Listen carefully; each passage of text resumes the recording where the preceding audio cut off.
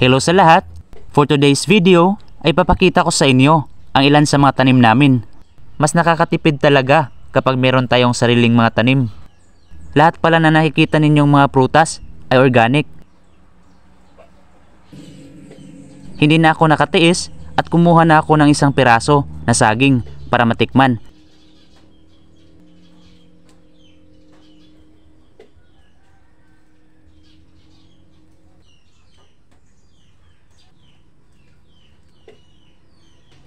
At talagang matamis ito at pino ang kanyang texture. Ito na guys, nahiwa ko na itong mga prutas namin at maganda ang naging itsura nito. Nilagyan ko pala ng mulberry galing dun sa tanim ko at mamaya ipapakita ko sa inyo ang update. Ngayon ay mumukbang ko na ang mga ito.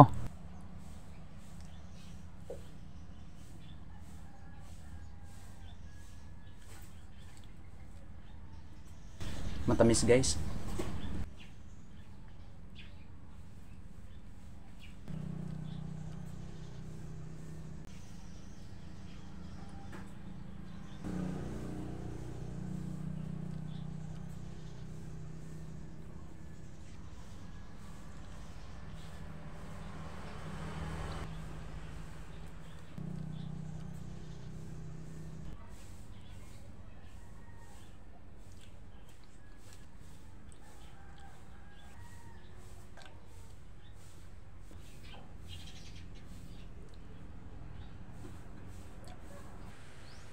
Dito naman ako guys namitas kanina sa tanim ko na mulberry. Hindi pa ito pwedeng pitasin kasi halos kulay red pa ang bunga at maasim pa ang mga ito.